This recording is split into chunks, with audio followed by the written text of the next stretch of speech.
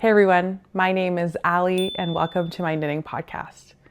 Much like other people, knitting has taken over my life, and frankly, I don't have enough people to talk about knitting with. And so much like others, I have found a beautiful community on Instagram and all over the internet, and I figured why not delve even further into it by starting my own YouTube channel where I could talk about all the things I'm knitting lately.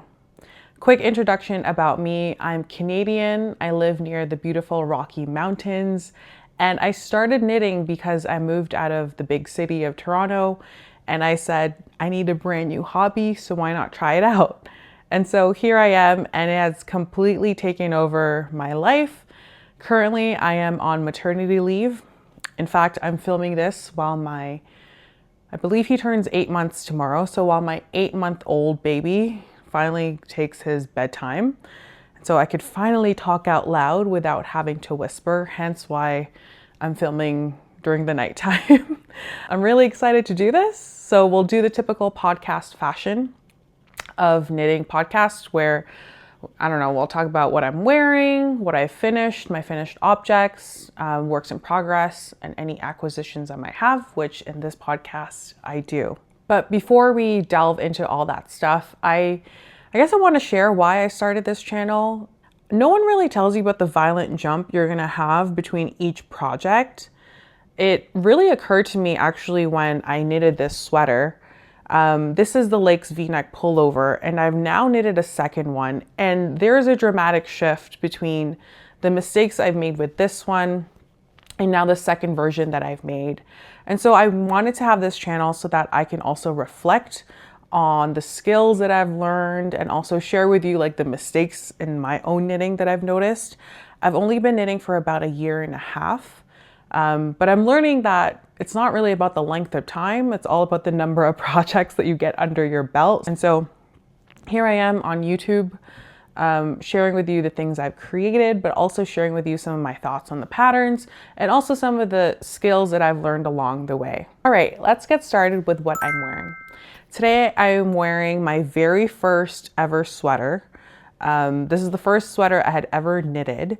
I knitted it as part of the I Make Sweaters knit along hosted by What Mariel Made and Kalina Makes. I had knitted one single sweater before, but it was for my baby.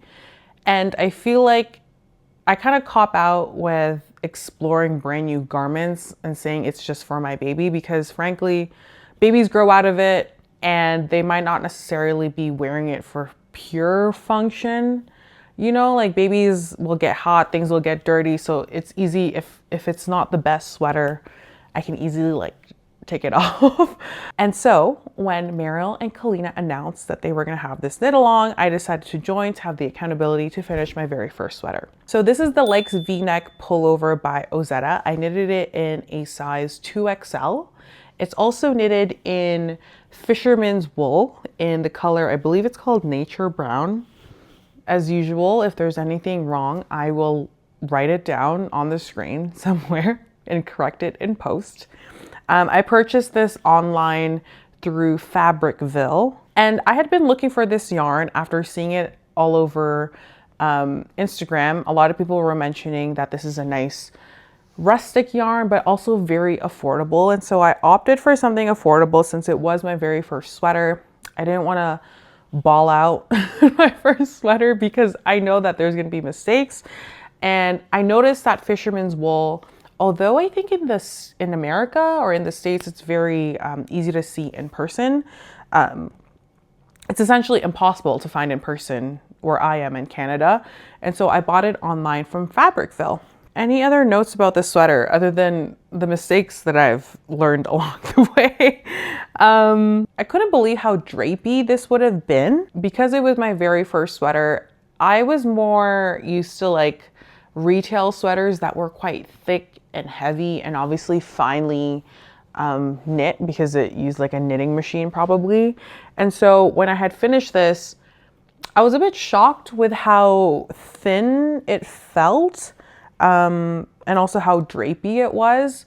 And so it made me want to knit even more and really find a better yarn to use for this shape. I think overall it does the job. I'm not gonna get rid of it. You know, I'm gonna wear it quite a lot. I love the color actually, especially for the autumn season. But I am very curious about finding a yarn that has more structure to it. One that I am considering that I've seen a lot of people use is Briggs and Little, their Heritage worsted weight yarn. I think it's worsted or Aran weight. I'm very curious. I'll definitely have that in the queue moving forward, but I think for now I will appreciate this sweater. One of my favorite stories about this sweater actually is that I had purchased 2 sweater quantities of Lions brand Fisherman's Wool. One in this nature brown and one in, I think, brown heather. And I was really sold that I was gonna have 2 Ozetta pullovers, like I was gonna use the other color. But after finishing this, it wasn't necessarily the feel that I was going for. And so I sold that on Facebook Marketplace, and this wonderful lady came over. And I was actually like so busy in the kitchen. I had my baby crying upstairs with my husband because they were changing diapers and all that stuff. And I was busy cooking in the kitchen. My house smelled like food. And I totally forgot that this lady was gonna come and pick up the yarn. And so she comes over and I totally I forget that knitters are just so kind.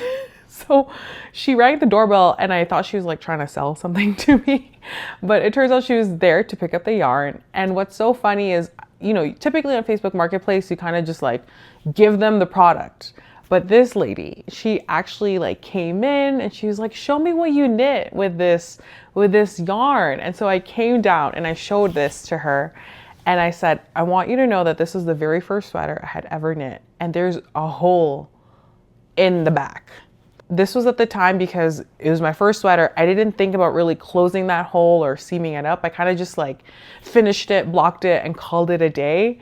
She looked at it and she's like, well, first of all, please make sure you close that hole. And secondly, she like congratulated me for my tension. And so I think it made this sweater extra special to have someone recognize the time that I had at least put into it. All right, enough about this sweater. Let's talk about my finished objects. Since I'm already yapping about the LYS V-neck pullover, by the way, I'm sitting on a yoga ball. It is the only seat I have in this room that will fit my tripod. And so I hope I don't bounce too much. My very first finished object for this podcast is another LYS V-neck pullover. But this time it is knit in Knitting for Olive heavy merino in the color slate green. I purchased this yarn from the Knit Cafe based in Toronto, and I made this for my mom. So it's actually not for me. This is in a size XL, so one size smaller than the one that I'm currently wearing. I literally had just finished this, weaving it, all that stuff. I finished weaving it like this morning. And so I'm surprised that it made its way in this podcast. It was not in my notes. So my mom actually saw the reel that I created for this V-neck that I'm wearing. And when she saw that, she wanted her own. But my mom requested one because she loved the shape and because her 60th birthday is coming up in January. And so I had never knit with Knitting for Olive before. I figured this is for a birthday gift for a 60th birthday, a huge milestone. Why not experience the yarn for myself? I know it's a cult favorite. I love how squishy it is. It's definitely much softer than the Fisherman's Wool that I have here. As I mentioned in the beginning of this podcast, no one tells you about the violent jump of how you improve from like your first sweater to your next and your next. This does not have any holes. The tension is even better. And this one, I properly joined my yarn. Another thing that I did better was that for my Italian bind off, I've noticed that in this brown one, there is a kind of like a dip of exactly where the round ends. And I watched, I believe it was Chili Dog, and in Chili Dog's video, of course, we see a much better way of doing the Italian bind off and kind of connecting it to the beginning of the round. And so I did a whole lot of that in this one. Another thing that's really special about this pullover was that I knitted these with C knit the Shiratake interchangeable needles. I had never seen these in person, and I had always been intrigued by them. I just always found them to be so beautiful, and I figured, I mean, anything Japanese I'm a sucker for. And so when I walked into the knit cafe, my goal originally was just to find the right yarn color for my mom. She wanted a green sweater, and I looked to the side and I noticed that they had these C-knit needles. And so what I did was I picked up a couple needles, and of course I did a gauge swatch for this. While I was in Toronto, I fell in love with knitting with the needles, that I ended up actually going back home here, and I ordered from them more skeins of yarn for this, but also a couple more cords and needles so that I can complete the whole project and C-knit needles. I keep bouncing back and forth between my finished object and what I'm wearing, but I remember like struggling with this V-neck when I first was trying to do this sweater. And then with this one, it was like easy peasy. No big deal. Oh, another thing I forgot to mention. The ribbing that I did for this particular project is much shorter than what was called for because I played yarn chicken, and I also lost track. When I was doing stockinette on the body, I completely forgot to measure, which is usually quite the opposite. Usually I'm like, oh my gosh, hurry up, get the stockinette over with. I just want to do the ribbing and bind off already. But in this case, I knit it too long, and I also was running out of yarn, and so I just had to essentially shorten the ribbing for the body. I only got to do half of the ribbing, but I don't think you notice it. I think what really matters for my mom is that the crop is just right. Like the length of the body is just right. My second finished object is actually a test knit. I did my very first test knit in October, November. So this is the Slouchy sweater by Mono Knit Editions. I knitted this in a size 2XL in Cascade 220 Arbor Mist, which I purchased from Galt House of Yarn, and the pattern is already out. It's already released. I'll put a link down below if you're very interested in it. I modified the neckline. I followed Sophia Knits Things, her tutorial on how to do that. It's not called for in the original pattern. And then I also shortened the sleeves because I learned my lesson with this one that usually the 2XL sleeves are just too long for me. I opted for, I usually look at the size below and see if there's a huge difference with how they do their sleeves. And if there is, I usually opt for that one. Other than that, I have worn this a lot, especially when I finished it. I wore it a lot in my trip to Vancouver. It was like the only sweater that I brought for I think it was a 4-day trip. And so this thing was worn every single day. And it went with every single outfit. I was really proud of it. It also flowed really nicely. As for the yarn, it has pilled a lot already from 4 days of wearing it in Vancouver. I will definitely need to grab a pillar and depill this thing.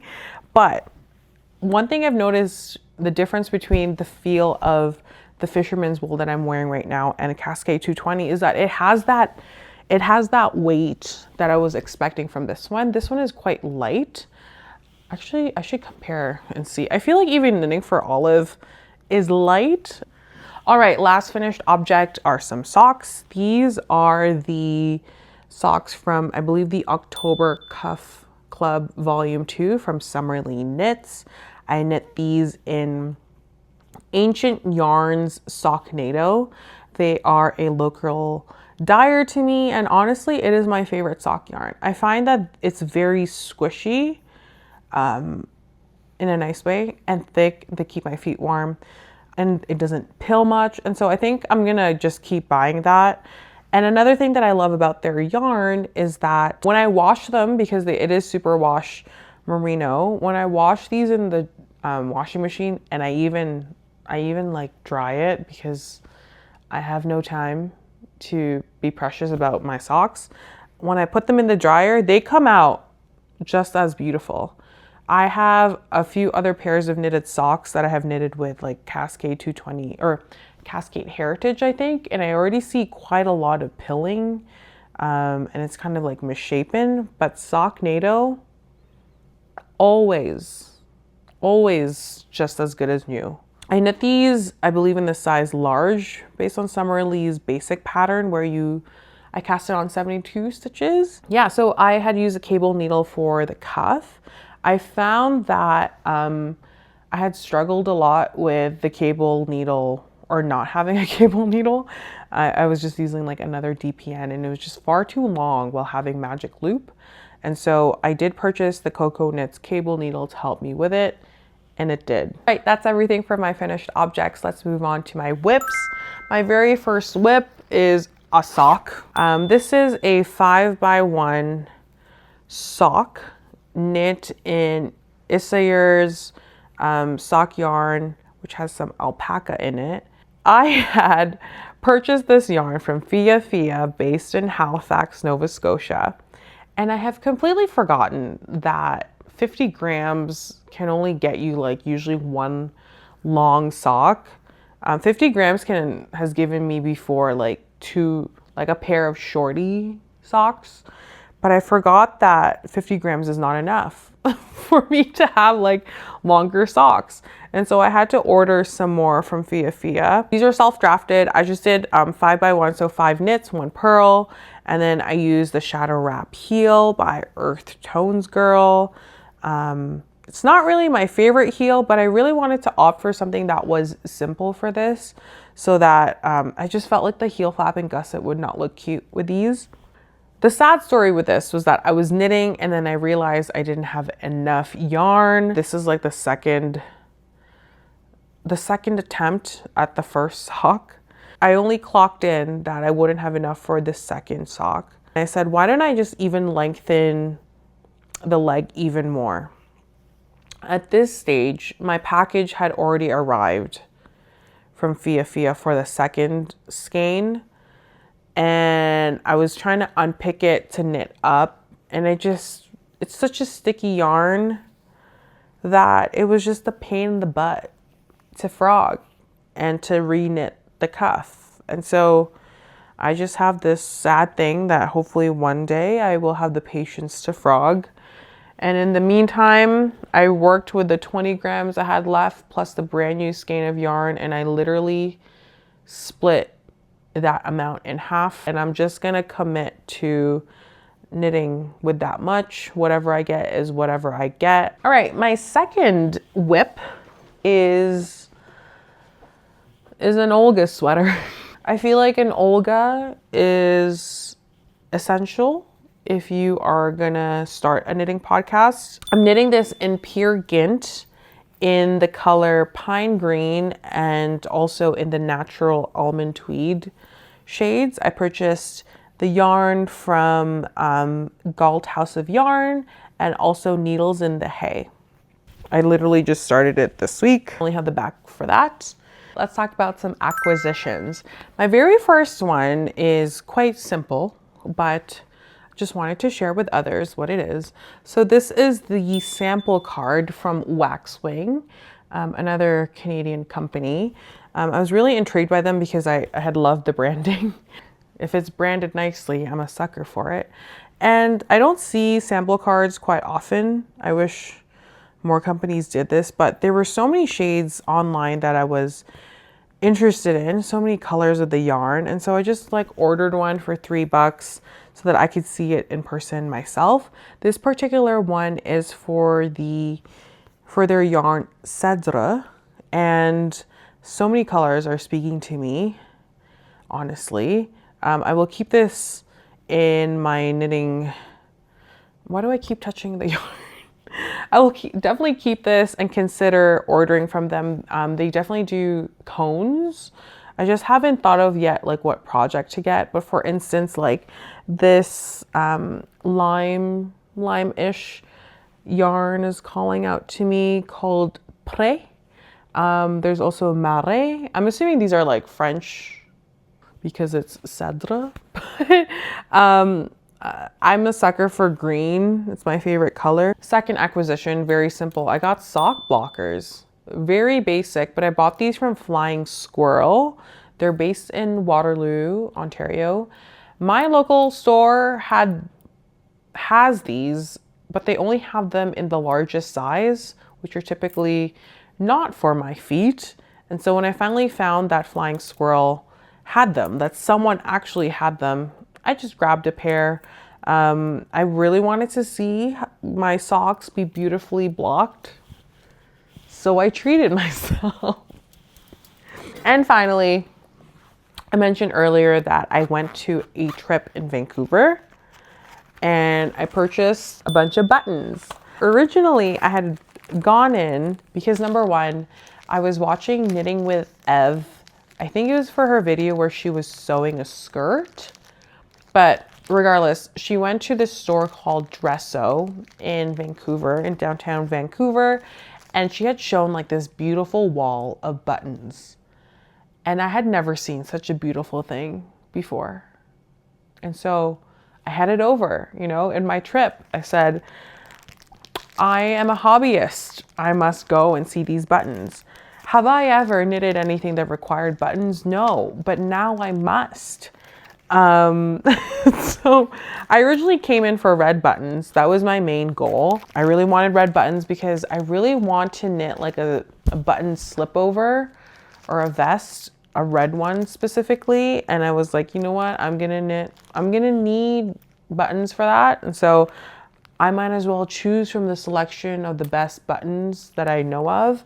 And so I opted for these red ones from DressSew. They were like a quarter, 25 cents per button. Is that affordable? Is that a good price? Let me know. And then I kept walking around and I found that like they had a bunch of buttons that were on sale. Like for instance, these 4 buttons were just 49 cents. So those are all the buttons I got from DressSew. There's quite a bit. I think I'm pretty much set for a bunch of cardigans in the future. I'm not in a rush to add any more buttons to my collection. That is everything I have for this first knitting podcast. It was a thrill to yap about all this stuff with you. I will now take off my sweater, go change into my PJs and eat dinner. My baby is still asleep. It's gonna be a good night. I'm gonna pick up my Olga sweater and keep knitting on that. And I hope you enjoyed this episode. I'll catch you in the next one, and good luck with your knitting projects because I'm sure it's worth it.